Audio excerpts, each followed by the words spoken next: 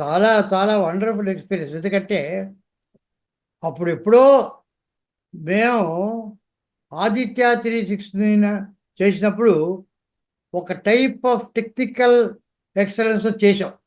అప్పుడు మాకున్నటువంటి దీంట్లో ఇంత టెక్నికల్ అడ్వాన్స్మెంట్ ఉంటుందని మాకు అప్పుడు తెలియదు. Okay sir. కానీ ఇప్పుడు ఇంత వచ్చిన తర్వాత మిగతా సినిమాలతో కంపేర్ చేసుకుంటే అరే అరే ఇప్పుడు తీసుంటే బాగుండే అని అనిపించిన క్షణాలు ఉన్నాయి. So sir. అలాంటప్పుడు ఉన్నట్టుండి సార్. నిర్మాత శివలింగ కృష్ణప్రసాద్ గారు దీన్ని కంప్లీట్గా అప్గ్రేడ్ చేసి కాంటెంపరీ టెక్నాలజీకి ఈక్వల్గా మళ్ళీ చేసి దాన్ని మళ్ళీ రీరిలీజ్ చేస్తానంటే దీనిని చూడాలని ఆసక్తి ఉన్న మిగతా వాళ్ళందరూ రావచ్చండి. నాలాంటి వాళ్ళకే చూడాలని అనిపిస్తుంది అంటే ఈ టెక్నాలజీతో. So that's very very very thrilling experience. చాలా బాగుంది, ఇంట్రెస్టింగ్గా ఉంది.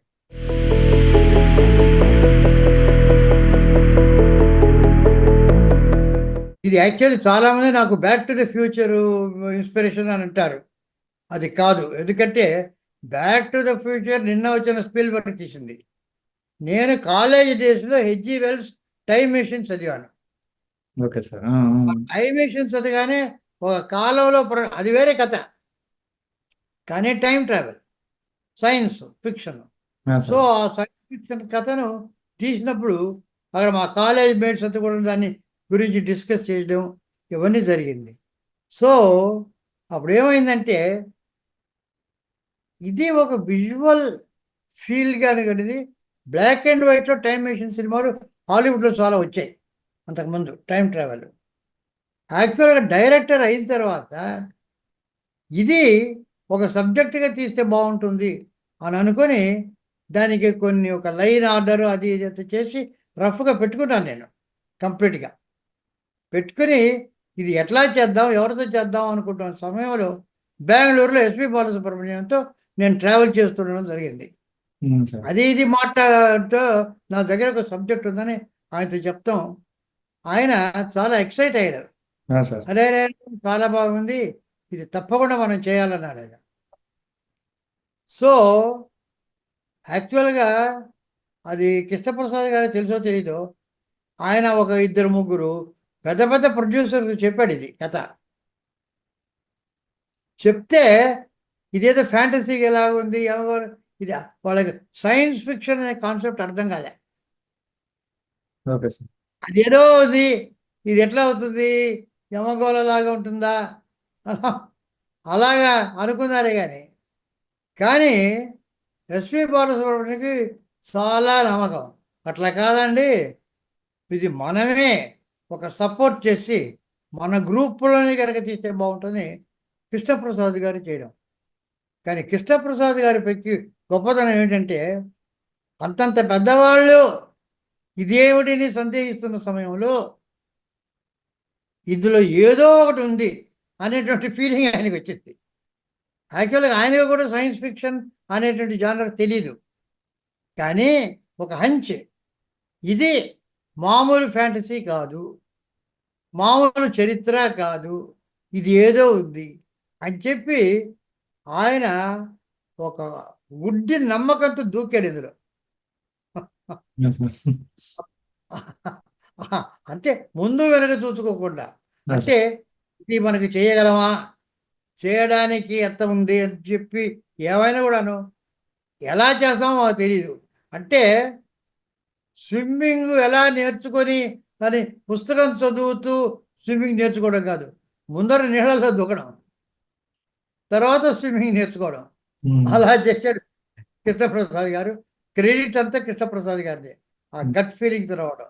సో వాళ్ళు చేసి అది చెప్తే ఆయన చేద్దామన్నారు. అప్పుడు నేను చెప్పాను ఆయనతో, కృష్ణప్రసాద్తో స్టోరీ అతడు. ఇప్పుడు దీనికి క్యాస్టింగ్ ఏమిటంటే, నాకు లైన్లోనే నాకు ఆల్రెడీ స్క్రిప్ట్ ఒకటి ఉంది. ఒక ఈరోజు కాలం, ఒక సైంటిస్టు ఒక టైం ట్రావెల్ మెషిన్ కనిపెడతాడు, అందులో బ్యాక్ వెళ్తారు. టైం ట్రావెల్ అనేది కదా, బ్యాక్ వెళ్తారు, ఫ్యూచర్కి వెళ్తారు. బ్యాక్ వెళ్తే చరిత్రకు సంబంధించి మనకు తెలిసిందిగా ఉండాలి. లేకపోతే మరి పురాణాల్లోకి త్రేతాయుగంలోకి వెళ్ళడం కాదు, మహాభారతంలోకి. అది నాకు మైండ్లో రాలేదు. నాకంటే నాకు మొట్టమొదటి మైండ్లో వచ్చింది ఏంటంటే ఇండియన్ ఇండిపెండెన్స్ డే రోజు వెళ్ళాలని. గాంధీ గారు అదే వెళ్ళి జెండా ఎగరేయడం, అంతకుముందు గాంధీ గారిని షూట్ చేయడం అక్కడ. కానీ అది ఇన్సిడెంట్ చేస్తాం, ఒక డాక్యుమెంటరీలాగా అక్కడికి వెళ్ళి ఉంటాడు. ఇందులో ఏమి ఇన్వాల్వ్ అవుతాడు హీరో? కథలో ఇన్వాల్వ్ కాడు వాటిల్లో, ఎక్కడికి వెళ్ళినా. అలాగ చూస్తే నాకు రెండే రెండు చరిత్రకు సంబంధించిన ఘట్టాలు దొరికాయి ఎంటర్టైనింగ్గా. ఒకటి రాయలవారు మోహన విజయం, రెండవది అక్బర్. అక్బర్ కాలంలో బీర్బల్, తాన్సేన్, అనార్కలి, సలీం వీళ్ళందరూ ఉన్నారు. కృష్ణదేవరాయల కాలంలో తిమ్మరుసు, తెనాలి రామకృష్ణుడు, అష్టదిగ్గజాలు, వీటి కథలు మనకు ఫోక్లోర్స్ అవన్నీ ఉన్నాయి. కాకపోతే ఆ అక్బరు బీర్బలు అవి ఆల్రెడీ చేశారు వాళ్ళు, నాకు అంత నచ్చలే. ఇందులో కనుక అయితే తెనాలి రామకృష్ణ ఉన్నాడు, అవి బ్యాక్ వెళ్ళి అవన్నీ చేయొచ్చు అనేటువంటి ఒక ఐడియా వచ్చింది. పైగా ఆల్రెడీ రామారావు గారు శ్రీకృష్ణదేవరాయల పాత్ర వేశాడు. తిమ్మరుసు నేను పనిచేసా, నేను స్క్రిప్ట్ కూడా ఒక వర్షన్ రాశా పింగళి నాగేంద్రరావు గారికి. ఆ రోజుల్లో నాగేంద్రరావు గారు నా చేత ఒక్కొక్క స్క్రిప్ట్ ఫస్ట్ వర్షన్ రాయించేవారు. సో తిమ్మరుసు స్క్రిప్ట్లో నేను బాగా ఇన్వాల్వ్ అయ్యాను. కృష్ణదేవరాయల పాత్ర నాకు చాలా ఇష్టం, అది ఎన్నుకున్నాం, అది చేసాం. సో అది ఎవరు వెయ్యాలి అనుకున్నప్పుడు అప్పుడు ఒకే ఒక వ్యక్తి అలాగ రాణించాలంటే ఆ రోజు రామారావు గారు వేసిన పాత్ర మళ్ళీ ఈ రోజుకి బాలకృష్ణ గారు వేస్తేనే సరే అని చెప్పి వారిని సంప్రదించడం, అక్కడి నుంచి ఆయనకి చెప్పడం, చెప్పిన మరుక్షణం బ్రహ్మాండమైన ఫీల్ అయ్యారు. ఆయన ఇమ్మీడియట్గా సూపర్ బోల్ చేసేద్దాం. ఆయనే కొన్ని కిరీటం ఎలా ఉండాలి, అది ఎలా ఉండాలి, ఈ రకంగా ఉండాలి, నాన్నగారు ఎలా చేశారు, ఇవన్నీ టకటకటక ఆయన దగ్గర నుంచి వెంటనే ఒక ప్రవాహంలాగా ఒక స్పాంటేనియస్ వచ్చింది. మనం ఎలా చేయాలని డిగ్నిఫైడ్గా ఆయన చెప్పి ఆయన ఇన్వాల్వ్ అయిపోయాడు. అప్పటి స్కెచెస్ గిచ్చెస్ ఎట్లా ఉండాలి అని చాలా మాట్లాడాడు. కానీ దీంతో పాటు భవిష్యత్తు నాకు చాలా ఇంపార్టెంట్. కృష్ణదేవరాయల పాత్ర అందరికీ తెలిసిందే, ఆ కథ అందరికీ తెలిసిందే. భవిష్యత్తులో కంటే ఏ రకంగా ఉంటుంది అనేది అది అది పూర్తి ఊహ ఆలోచన. అప్పుడు అమెరికన్ లైబ్రరీకి వెళ్ళా. అక్కడ ఫ్యూచరాలజీ అని ఒక కంప్లీట్ సెక్షన్ ఉంది. ఆ ఫ్యూచరాలజీ చదివితే అది చాలా పెద్ద సబ్జెక్ట్. అది అంటే ఈవేళ ఒక చోట ఒక ఏరియాలో ఒక యూనివర్సిటీ ఒక కాలేజీ కట్టాలనుకోండి, 50-75 సంవత్సరాల తర్వాత ఆ ఏరియా ఎలాగ ఉంటుంది అనేటటువంటిది అంచనా వేయడం స్టాటిస్టిక్స్తో, అది ఫ్యూచరాలజీ. సో ఎన్నెన్ని రోడ్లు వస్తాయి, ఎంతమంది పాపులేషన్ పెరుగుతారు, ఎన్నెన్ని అంగళ్ళు వస్తాయి, జనానికి ఎట్లా ఉంటుంది, ఇవన్నీ టౌన్ ప్లానింగ్. ఇప్పుడు ఏదో ఒకటి సిటీ ఏదైనా కట్టాలనుకుంటే, క్యాపిటల్ ఏదైనా కట్టాలనుకుంటే 70-100 సంవత్సరాలు అయిన తర్వాత ఎలా ఉండాలనేది అంచనా వేయాలి. అది అసలు మెయిన్ ఫ్యూచరాలజీ. కానీ నాకు కావాల్సింది కట్టుకథలు ఫ్యూచరాలజీలో ఎవరెవరు చేస్తారని. అది నేనే ఇమాజిన్ చేసుకొని ఎవరో మైండ్లో ఏదైనా చేస్తుంటే వాయిస్లో వస్తుందని, ఇటువంటివన్నీ కూడాను మేమంతా ఊహించుకొని తమాషాగా నేను జంధ్యాల కూర్చొని అవన్నీ అనుకున్నాం. చక్కటి మాటలు, మన మనసులో ఏదనుకుంటే అది నోట్ల నుంచి వచ్చేస్తుంది మాటగా. కాస్త ఆలోచించవద్దు అంటే ఆలోచించకుండా ఎలాగ ఉన్నానండి అని ఆయనకి. ఇటువంటివన్నీ కూడా మేము అల్లుకొని ఫ్యూచర్ అంతా బాగా ఎంజాయ్ చేస్తూ రాసుకున్నాం.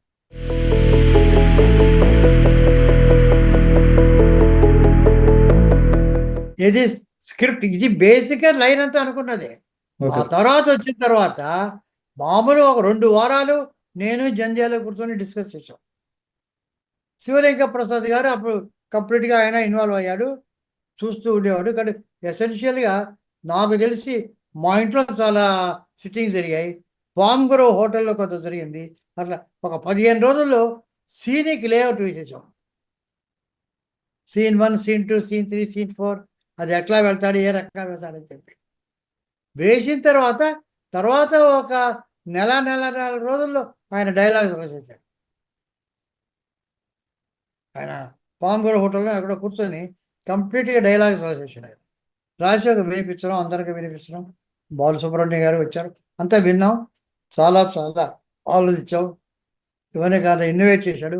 తర్వాత ఒక ఎక్స్ట్రా కాంట్రిబ్యూట్ చేసాం. అంటే బ్యాక్ టు ద ఫ్యూచర్ ఎలా ఉన్నా వెనక్కి వెళ్తారు, ముందుకు వెళ్తారు, కనెక్షన్ లింక్ ఒకటి లేదే అనేటటువంటి స్క్రిప్ట్ చదివినప్పుడు వచ్చింది. ఇది స్క్రిప్ట్ చదివినప్పుడు కాదు, సీనిక్ కార్డు వేసినప్పుడు. అప్పుడు థాట్ ఏమిటంటే,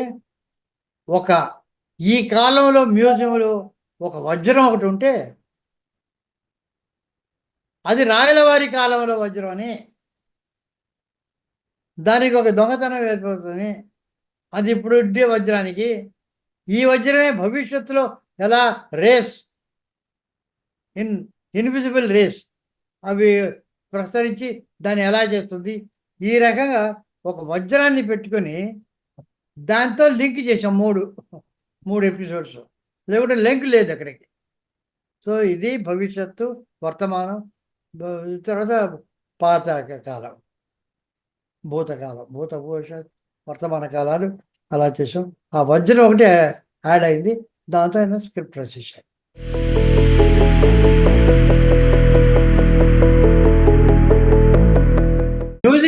మ్యూజిక్ మొదటి నుంచి ఇళయరాజా గారు అనుకున్నది. ఆ రోజు వెళ్ళి అని చెప్పాము. ఆయన చాలా చాలా సంతోషించాడు. ఆయన కూడా ఒక్కొక్కడు ఆ చివరి పాటలో బివి వేయాలి, ఇవన్నీ కూడా ఇన్వాల్వ్ అయ్యి చాలా అద్భుతంగా ఇన్వాల్వ్ అయ్యి చేశాడు. అసలు నాకు కొత్తగా ఉంది కథ, టైం మెషిన్, ట్రావెల్ ఇదంతా బాగుందని ఇళయరాజా. కానీ కెమెరామెన్ విషయంలో మాత్రం అది దైవ నిర్ణయం. ఎందుకంటే మొట్టమొదట పిసి శ్రీరామ్ గారు అనుకున్నది. ఆయన వచ్చాడు, ఆయన చాలా చాలా అద్భుతమైనటువంటి చేశాడు. ఫస్ట్ షెడ్యూల్ కృష్ణకుమారుగా ఉండేటువంటి ప్రీ కృష్ణదేవరాయల షెడ్యూల్ అంతా ఆయన చేసేటప్పుడు సడన్గా సమ్ అల్సర్ ఏదో వచ్చి చాలా సీరియస్ జబ్బు చేసింది ఆయనకు. సో అతను చేయలేకపోయాడు. వాళ్ళ మదరు అసలు ఎవరిని, మేము ఊరికి చూడడానికి వెళ్ళాలన్నా ఆవిడ అలౌ చేయలేము మమ్మల్ని, ఎందుకంటే మళ్ళా షూటింగ్కి పిలుస్తారేమో మమ్మల్ని. అతన్ని రెస్ట్ తీసుకుంటున్నాడు, అతను రాడు, అక్కడ మేము పిలవడానికి వెళ్ళామా, మేము చూడమంటే వద్దు అనేసింది. మేము చూడలేదు. స్పీచ్ చెప్పాడు, పాపం నేను రాలేను, ఎవరైనా పెట్టుకోండి. సో కరెక్ట్గా అదంతా పిసి శ్రీరామ్ చేయడు. అక్కడి నుంచి ఒక 2 మాసాలు రాయలవారి సెట్టు, ఆ హాలు అవన్నీ చేయాలి. దానికి అలాట్ చేసాం కృష్ణదేవరాయలు. కరెక్ట్గా అదృష్టవశాత్తు విఎస్ఆర్ స్వామి గారు ఆ డేట్స్ ఆయన ఖాళీ. అంతకుముందు ఏదో పిక్చర్ అయింది, నెక్స్ట్ పిక్చర్ ఎప్పుడో స్టార్ట్ అవుతుంది, కరెక్ట్గా 2 మాసాలు వెంటనే ఒప్పుకున్నాడు. అవంతా విఎస్ఆర్ స్వామి గారు చేశారు టోటల్గా అక్కడ. సో ఆ లైటింగ్ కూడా ఆ కాలపు విఎస్ఆర్ స్వామి గారు చేసిన పద్ధతిలో, ఇది పిసి శ్రీరామ్ చేసే పద్ధతిలో వచ్చింది. కానీ విఎస్ఆర్ స్వామి గారి కాగానే ఆయన అక్కడికి వెళ్ళాల్సి వచ్చింది, కాల్ షీట్స్ అయిపోయింది. సో అప్పుడు కబీర్ లాల్ ఆల్రెడీ కొన్ని ట్రిక్స్ అవి చేశాడు కనుక భవిష్యత్ అంతా కబీర్ లాల్ చేశాడు. సో ఇది ప్యూర్లీ దైవనే, అది అదృష్టం మాది కాదు. ఈ కెమెరామెన్ మాత్రం 3 కెమెరామెన్ దీనికి ఇలా ఉండాలా, ఒక్కొక్క ఏజ్కి తగ్గట్టు, ఆ లైటింగ్కి తగ్గట్టు ఒక్కొక్క కెమెరామెన్ ఉండాలా, ఏదో ఒక అతీత శక్తి ఒకటి నిర్ణయించింది. దాని ప్రకారం ఏం చేశాం.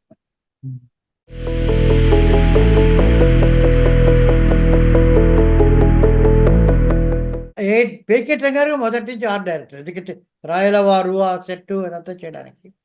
టైం మెషిన్ డిజైన్ చేయడానికి స్కెచెస్ వేసుకుందాం ముందర. నేనేమంటే రియల్ టైం మెషిన్, మామూలుగా ఒక డమ్మీ చేసేసి ఏదో చేయడం, ఆ రోజు ట్రిక్స్ లేవు, రియల్గా చేయాలని. మొక్కితే ఆ స్టెప్స్ అంతా రావాలా, లోపల గ్లాస్.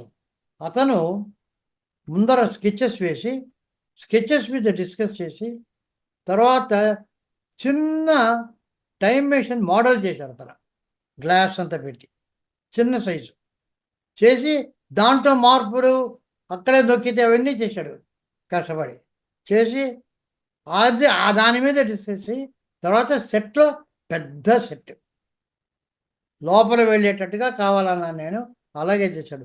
నొక్కితే అంత స్టెప్స్ వస్తుంది, లోపల వెళ్తాడు, కుర్చీలు, గ్లాసు, టీను అన్నది వీళ్ళందరూ రావడము. సో అదంతా టైం మెషిన్ తిరగడము, మోటార్ దానికి ఒక మెషిన్ పెట్టి అది తిరుగుతుంటే వాళ్ళందరూ బయటికి పడడం, స్మోక్ దానికంతా గ్యాస్ నుంచి స్మోక్ వెళ్ళడం, ఇవన్నీ కూడా అతను తయారు చేశాడు ఆన్ ద సెట్. అందుకని అంత రియల్గా ఉంటుంది. అవన్నీ గ్రాఫిక్స్ కావు, స్మోక్లో నుంచి గ్రాఫిక్స్లో వచ్చే వచ్చిన స్మోక్ కాదు, అది రియల్ స్మోక్. దగ్గ దగ్గ దగ్గ దగ్గ అని వస్తుంటే అది నిజంగా తిరుగుతుంటే అవన్నీ అది తిరుగుతున్నప్పుడు వాళ్ళు వెళ్తుంటే రియల్. అందుకని జనానికి అంత పర్సనల్ ఫీలింగ్. నేను ఎంత గ్రాఫిక్స్ చేసినా తెలిసిపోతుంటుంది ఇది గ్రాఫిక్స్ అని. ఆ రియల్ కనుక అంత ఆకట్టుకుంది జనాన్ని.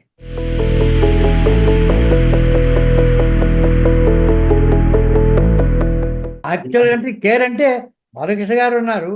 మాకు ఈ సబ్జెక్ట్లో ముఖ్యమైనది ఏంటంటే టైం కావాలి. ఇక్కడ నాకు చెప్పారు చాలామందిని, కృష్ణప్రసాద్ గారు ఇవన్నీ యాక్చువల్గా తీసుకున్నది ఆర్టిస్టు సంప్రదించడం. ముఖ్యంగా నాకు విజయశాంతి గారిని ఎప్పుడు మీట్ కాలేదు. యాక్చువల్గా నేను ఏ రోజు ఆమెతో దీని గురించి సంప్రదించలే, నాకు దాని గురించి తెలియదు. అది ఆయన పాటికి ఆయన వాళ్ళు బాలకృష్ణ గారు అంత అనుకొని విజయశాంతి గారు ఉంటే బాగుంటుంది. ఆమె చాలా ఎక్సైట్ అయింది పాపం, తప్పకుండా చేయాలని. కానీ టైము, కాల్ షీట్స్ వాటి మీద ఉంది. ఇక్కడ ఒక 10 రోజుల తర్వాత నాకేమిటంటే ఈ పర్టికులర్ సబ్జెక్టు భవిష్యత్తులో రావాలి. టైము ఆర్టిస్టు వాళ్ళ వాల్యూ, వాళ్ళ పర్ఫార్మెన్సు ఎంత ముఖ్యమైనా ఈ పర్టికులర్ సబ్జెక్ట్కి టైం అనేటువంటిది మోర్ ఇంపార్టెంట్. వాళ్ళు అవైలబుల్గా ఉండడం మాకు ఈ సబ్జెక్టు మోర్ ఇంపార్టెంట్. అందుకని ఎవరికన్నా చూద్దామంటే మరి కృష్ణప్రసాద్ గారు ఎలా చేశారో, నాకు మోహిని అనే అమ్మాయి ఎలా వచ్చిందంటే, నేను అప్పుడు మైకేల్ మదన కామరాజన్ చేస్తున్నాను, ఆ వర్క్లో ఉన్నాను. సో పంజు అరుణాచలం గారని ఆయన నాకు చాలా పరిచయం. ఒకరోజు మాట్లాడుతున్నాను ఆయనతో నేను. ఆయన గొప్ప నిర్మాత, పాటల రచయిత ఇవన్నీ కాకుండా ఒక చాలా ఫెనటిక్ రేస్ గోయర్ ఆల్సో. ఆయన ఎప్పుడు హార్స్ రేస్ పుస్తకం పట్టుకొని ఉంటాడు ఆయన. అది ఆయన ఒకరోజు నేను మాట్లాడుతూ మేము ఈ రకంగా వెతుకుతున్నాం అంటే ఆయన చెప్పాడు, ఆయన హార్స్ క్లబ్లో సెక్రటరీ ఒక అయినాడు. ఆయనకి నాకు బాగా పరిచయము, ఆయన కూతురు ఒక ఆమె ఉంది మోహిని అని, ఏదో ఒక పిక్చర్ చేసి తర్వాత ఎవరో చెప్పారు శ్రీరామ్, పిసి శ్రీరామ్ కూడా ఆమెకు ఏదో తెలుసు అని చెప్పారు, నాకు తెలియదు అది. ఈయన వెంటనే ఫోన్ చేసి అది అరేంజ్ చేస్తే వచ్చి చూసి సెట్కి వచ్చింది, టెస్ట్ చేసాం. మెయిన్ మాకేంటంటే అందంగా ఉంది, డ్యాన్స్ చేస్తుంది, అంతా చేస్తుంది, కొత్త ఏదో ఒక పిక్చర్లో చేసింది. కానీ availability through out the picture availability అది ముందర అడిగాం. నాకే అభ్యంతరం లేదు, షీ ఈజ్ ఎక్సైటెడ్. ఇటువంటి పిక్చర్ దొరకడం కష్టం, నేను తప్పకుండా చేస్తాను. ఆ అవైలబిలిటీ చాలా ఇంపార్టెంట్ అయింది. సో ఫ్యూచర్కి వెళ్ళినా, కృష్ణదేవరాయలకి వెళ్ళినా, ప్రజెంట్కి వెళ్ళినా త్రూ అవుట్ ఆమె ఉండింది. అది చాలా మాకు ఇంపార్టెంట్ అది. అందుకని ఆ మోహిని అవన్నీ బుక్ చేశాం.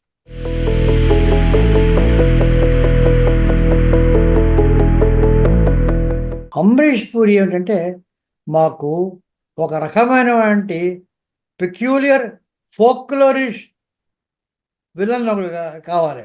అందులో మిస్టర్ ఇండియా అటువంటి మొగ్గాంబో అని ఇవన్నీ చేస్తూ, అంటే పిల్లలకు జనరల్గా అది వాళ్ళు ఎంజాయ్ చేస్తూ అలాంటి ఒక విలను, రెగ్యులర్గా చాలా భయపడే విలన్ కాదు, అతను చూస్తే ఒక ఎంటర్టైన్మెంట్ వచ్చే విలను. అది నాకు అమరీష్ పూరిలో కనిపించింది. అతన్ని పిలిపించి అదే, అందుకనే అతను వచ్చినప్పుడల్లా వాయిలెన్స్ వాయించడం, అతనికి ఒక పెక్యూలియర్ అన్ని రకరకాల క్యూరియస్ పెట్టడం, ఇటువంటివన్నీ కూడాను. గన్ ఎత్తినప్పుడు అందరూ వాయిలెన్స్ వాయిస్తుంటారు. ఏదేదో క్యూరియస్ అవన్నీ వజ్రాలు ఎక్కడున్నా, ఒక తంబూర ఉన్నా, ఒక వీణ ఉన్నా సేకరించడం, ఇటువంటి ఫన్నీ లుక్ ఉండింది. సో అమరీష్ పూరి గారు ఎంజాయబుల్.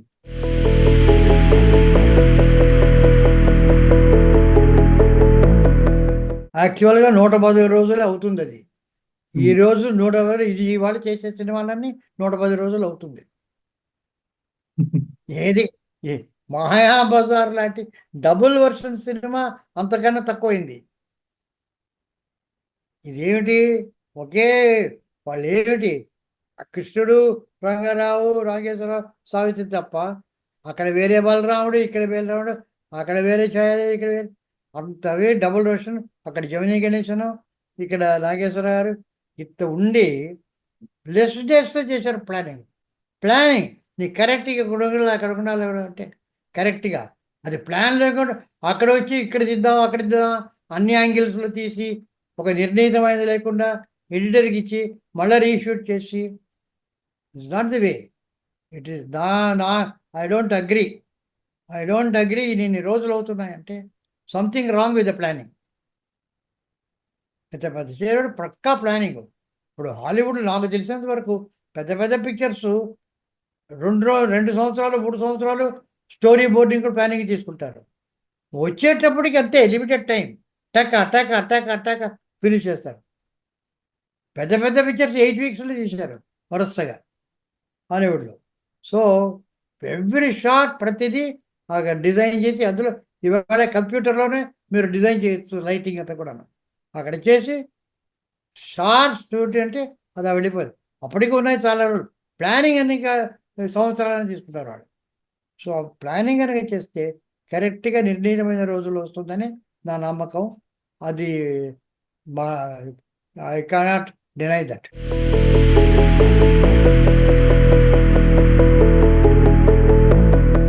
కృష్ణదేవరాయలు అనుకున్న తర్వాత ఒక బాలకృష్ణ గారు తప్ప ఇంకే లేదు. కృష్ణదేవరాయలు అనుకున్న తర్వాత వెంటనే ఆయన, ఎందుకంటే వాళ్ళ నాన్నగారు చేశారు, వాళ్ళు చేశారు బాగా. కృష్ణ ఇంకెవరు ఉన్నారు ఇప్పుడు ఆలోచించిన ఇవాళ కూడా నాకు దొరకడం లేదు. So that is the thing. Balakrishna గారికి వెళ్ళడం, ఒకసారి అపాయింట్మెంట్ ఫిక్స్ చేయడం, రాయడం. సో ఆయనే కరెక్ట్ ఇవాళ. కానీ ఇప్పటికి వరకు నాకు ఆ రీప్లేస్మెంట్ లేదు బాలకృష్ణ గారికి కృష్ణదేవరాయలకు.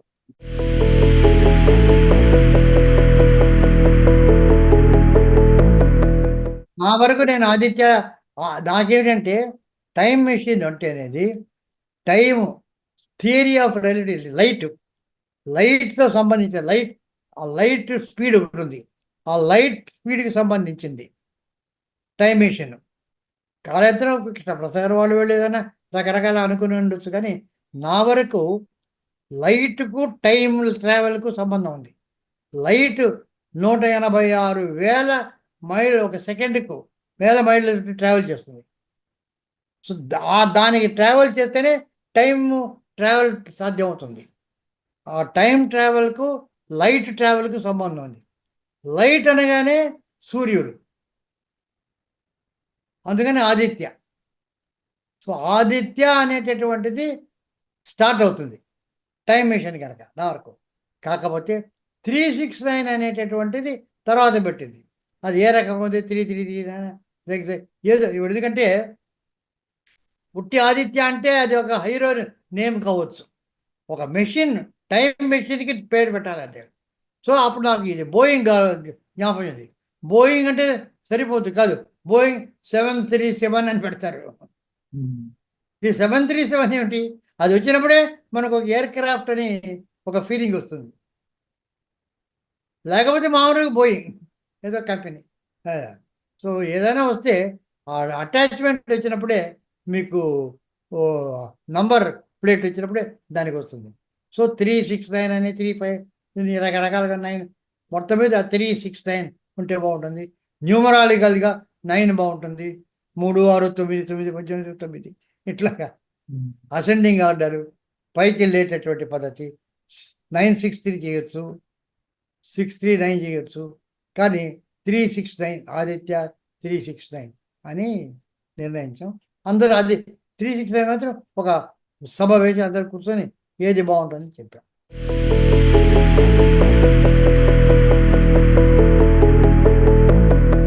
అంటే బాగుంది.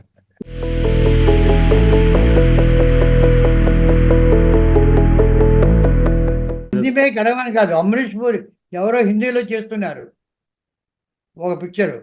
అమరీష్ పూరి ఇక్కడ యాక్ట్ చేశాడు, రషస్ చూడడానికి వచ్చాడు. వచ్చి ఆల్రెడీ వాళ్ళు స్టార్ట్ చేయబోతున్నారు, షూటింగ్ స్టార్ట్ చేశారు. వెళ్ళి మీరు చెయ్యకండి, అక్కడ ఒక సినిమా చేస్తున్నారు ఆదిత్య 369 అని, అది వచ్చి డబ్ చేస్తే మీ సినిమా ఎవరు చూడరు అని అడ్వైస్ కూడా చేయడం జరిగింది. కొత్తగా చేయడం కాదు, చేసేవాళ్ళని ఆపాడు అమరీష్ పూరి, చేయకుండా. ఎందుకంటే అక్కడ వస్తుంది. అదే సంగతి.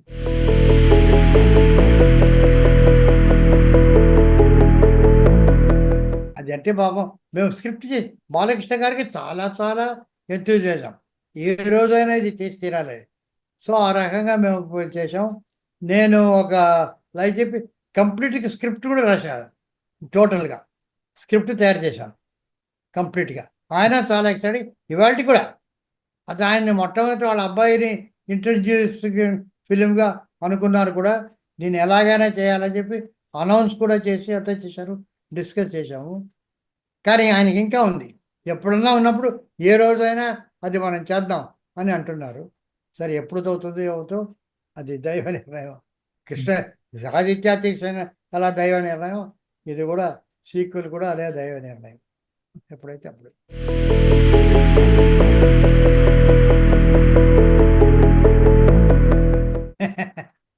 ఇప్పుడు నాకు నిజంగా చెప్పాలంటే 93 ఏళ్ళు దాటి ఉన్న సమయంలో నేను జీవితంలో నేర్చుకున్నది ఏమిటంటే, మొన్నటికన్నా నిన్న గొప్పది, నిన్నటికన్నా ఇవాళ గొప్పది.